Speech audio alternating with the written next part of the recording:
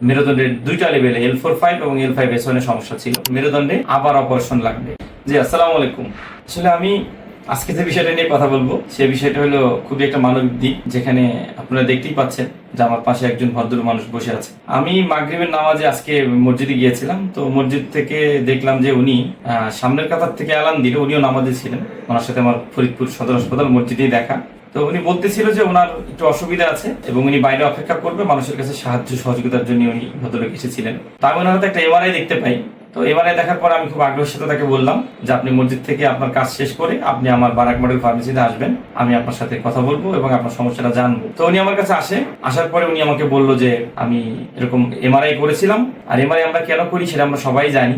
MRI যে সমস্যাটা হয় সাধারণত, যে মেরুদণ্ডের সমস্যা হলে বা মেরুদণ্ডের কোমরের অংশ থেকে যদি কারো সমস্যা হয়, ডিস্ক প্রলেপস হয় বা কোমরে ব্যথা হয়, সে কোমরের অংশটা অনেক সময় ব্যথাটা পায়ের দিকে যায়। পায়ের দিকে যাওয়ার কারণে সাধারণত আমরা অর্থোপেডিস্ট অথবা স্পাইন সার্জনদের কাছে গেলে এমআরআই করতে বলেন স্যারেরা। তো স্যাররা যখন আমাদের এমআরআই করতে বলে তখন তারা রোগ নির্ণয় করতে সহজ হয়। তো এই ভাইও এমআরআই করেছিল এবং এমআরআইতে তার মেরুদণ্ডের দুইটা লেভেলে L4-5 এবং L5S1 এর সমস্যা ছিল। তো উনি একজন ডাক্তারকে দেখায় ঢাকাতে অপারেশন করিয়েছে, কিন্তু উনি ভালো হচ্ছে না এবং অপারেশনের পরে আবার একটা এমআরআই করে দেখা গেছে যে দুইটা লেভেলের সমস্যা, ওই দুইটা লেভেলের আবারও ডিস্ক বের হয়ে ওনার স্পাইনাল কর্ডে মেরুদণ্ডের মেইন রগে চাপ দিচ্ছে। আমি ওনার এমআরআই দেখার পরে এবং কথা বলার পরে ওনাকে যে কারণে ডেকে এনেছি এবং আপনাদের সাথে যে জিনিসটা শেয়ার করতে চাই, এই লোকটার আবার অপারেশন লাগবে, রিকারেন্ট PLID মেরুদণ্ডে আবার অপারেশন লাগবে। তো এমআরআই তে কি সমস্যা আছে সেটা আপনারা ছবিতে দেখতে পারবেন এবং ওনার কেমন একটা অপারেশন লাগবে এখন হয়তো সেই ছবিটাও সেই এক্সরেটাও আমি আপনাদেরকে দেখাবো। যেহেতু আমাদের নিজেদেরই অর্থোপেডিক্স এবং স্পাইনের ডাক্তারও আছে, ইভেন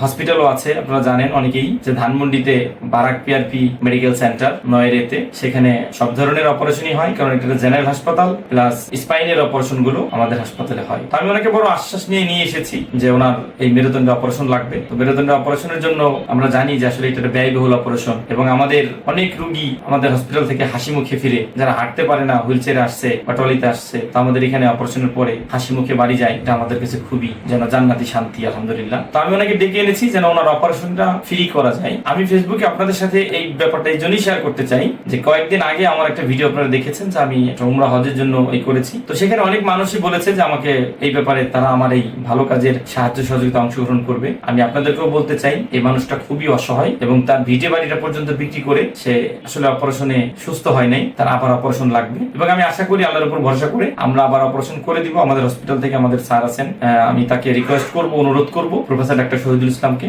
যে তার অপারেশনটা যেন ফ্রি হয়। তবে যদি পেলেট স্ক্রু লাগে, রড স্ক্রু লাগে, সেই ক্ষেত্রে হয়তো খরচ হতে পারে। তো আপনারা যদি মানবিক দিক থেকে চিন্তা করে এই লোকটার যে সমস্যা, আর্থিক যতগুলো সমস্যার মধ্যে সে আছে, যদি আপনারা সাহায্যের হাতটা বাড়ান, তাহলে হয়তো আমি এই কোরবানির ঈদের পরেই ওনাকে আবার অপারেশনের জন্য স্যারকে রিকোয়েস্ট করব যেন উনি করে দেয়। এবং তারপরেও তো ওনার ওষুধপত্র বা আরো পরীক্ষা নিরীক্ষা অনেক কিছুরই অনেক খরচ বরচ থেকে যাবে। আপনারা যদি মনে হয় যে সাহায্য করবেন, তাহলে আমার সাথে যোগাযোগ করে আমার সাথে কথা বলে সাহায্য করলে হয়তো আমি ওনার এই সেবার মধ্যে আপনাদের অংশটাও আমি অ্যাড করে দিব ইনশাআল্লাহ। তবে আমি আপনাকে অনুরোধ করব যে আপনি আপনার এই অর্থনৈতিক অসুবিধা, যে লোকটা মসজিদে ঘুরছে মানুষের কাছে দাঁড়িয়ে সাহায্যের জন্য, তো আপনি এই দর্শকদের সম্পর্কে যারা শুনছে আপনার এই কথা, হাজার হাজার মানুষ শুনবে, দেখবে, তো আপনি যদি এই প্রসঙ্গে কিছু বলেন, আপনার কি বলার আছে? আসসালামু আলাইকুম ভাই, আমি মেরুদণ্ড অপারেশনের রোগী, অপারেশন করাইছি, অপারেশন সাকসেস হলো ভাই। আমি আইছি ফরিদপুর মসজিদে সাহায্যের জন্য।